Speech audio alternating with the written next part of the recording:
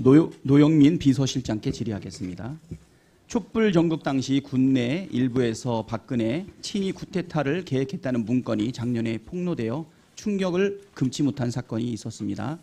당시 검찰은 내란 음모 혐의로 고발된 박근혜, 황교안, 김관진, 한민구 등 핵심 피의자들에 대해 관련 사실을 통해 개연성은 있어 보이나 이미 2017년 미국으로 도피한 조현천 얘기를 들어야 모든 것이 풀린다며 키맨을 조현천으로 지목하면서 친위 쿠데타 음모에 대해서 불기소 처분 결정을 내렸습니다.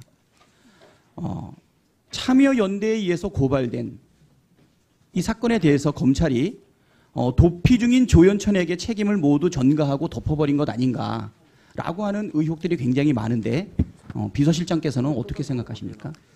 네, 저는 정말 있어서는 안 될 일이라고 생각을 하고 있습니다. 그리고 저는 그 전모에 대해서 누가 최종적으로 어디 책임을 져야 되고 누가 어디까지 보고받았을 것이며 뭐 이런 것에 대한 나름대로의 심증은 있습니다.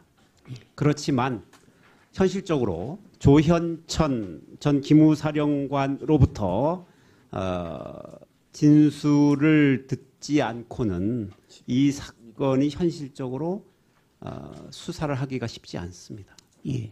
지난 21일 군 인권센터에서 계엄령 검토 추가 폭로가 지금 나왔는데요.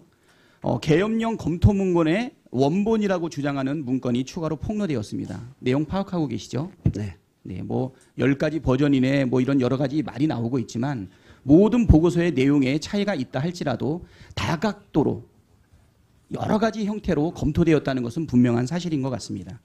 노골적으로 국회의원의 정치활동을 제한하기 위한 세부 계획이 추가로 폭로된 문건에 나와 있죠. 반정부 정치활동 금지 포고령, 고종간첩 등 반국가 행위자 색출 지시 등을 발령해서 그 당시에 야당 의원들을 집중 검거하고 사법 처리하는 방안도 적시되고 있습니다. 계엄군의 배치 장소도 구체적이어서 국회 그리고 청와대 법원은 물론이고 서울대까지 포함한 서울 전역에 군인을 배치하려고 하는 계획도 있습니다. 이거 한번 PPT를 한번 봐주십시오. 아주 구체적으로 군부대와 관련된 내용들이 좀 잡혀 있죠. 강기정 정무수석께 질의 잠깐 하겠습니다. 예. 네. 예. 수석님, 네. 1980년 5.18 당시에 현장에 계셨던 것으로 알고 있습니다. 그렇습니까? 고2 때 5.18 때 있었습니다. 만약에 이 문건이 그대로 실행됐다면 서울 한복판에서 어떤 일이 벌어질 수 있었을지 혹시 생각해 보셨습니까? 당시 촛불 시민들이 잡혀가거나 뭐 총기 사용이 됐다면 죽거나 했었을 거라고 생각해 봅니다. 지금 이렇게 민주의식이 있는 시민들이 총칼에 그렇게 쉽게 굴복하지 않을 거라고 생각이 되고요. 아마 극심한 저항이 일어나게 될 텐데 1980년의 광주와 같은 비극적인 사건들이 벌어지지 않을까 지금도 아주 모골이 송연합니다. 그렇게 생각하시죠? 당시에 촛불은 평화 집회였던 걸로 알고 있고요. 그런 평화 집회가 광주도 사실은 처음에는 매우 평화롭게 시위가 있었던 것이 사실입니다. 예. 그러한 시민들을 상대로 해서 뭐 장갑차를 포함해서 총칼로 무장된 군인들이 이거를 진압하기 위해서 나온다는 것은 지금 40년이 지난 지금 현재 시점에서 상상할 수 없는 문건이라고 생각이 됩니다. 예, 일단 됐습니다. 예. 만일 이 문건이 실행됐다면 광화문에 모여있던 수백만의 시민들이 얼마나 총칼에 쓰러져 나갔을지 또 얼마나 많은 지식인과 기자, 국회의원들이 내란 음모 혐의를 뒤집어 쓰고 체포되었을지 또 광화문, 신촌, 여의도, 서울 곳곳에서 전차와 장갑차로 무장한 군인들이 배치되어 시민들을 감시하고 억압하고 있었을지 상상하고 싶지 않은 내용들이 있습니다.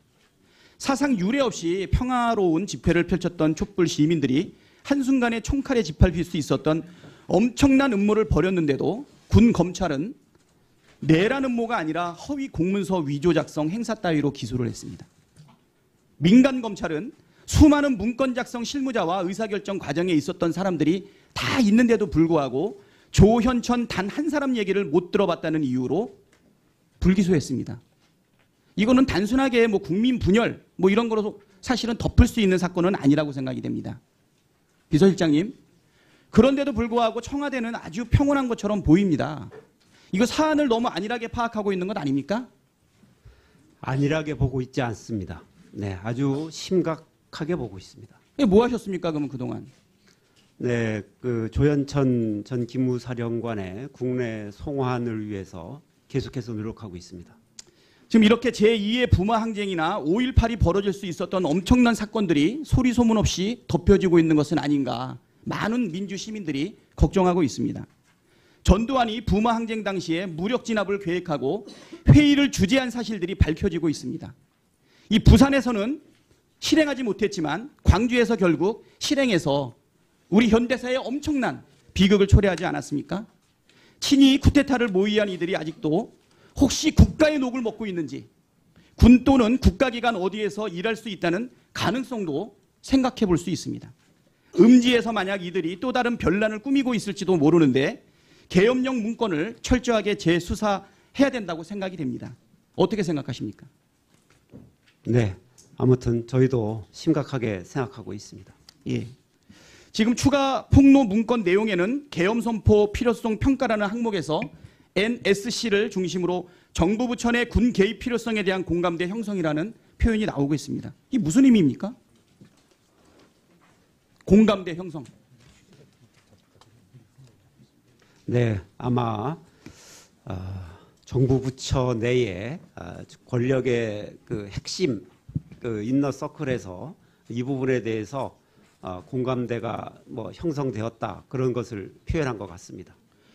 지금 2018년 공개 문건에서 국방부는 비상대책회의를 통해서 계엄 선포 요건 충족 여부를 검토하고 NSC 등을 통해서 협의하겠다라고 기재되어 있습니다.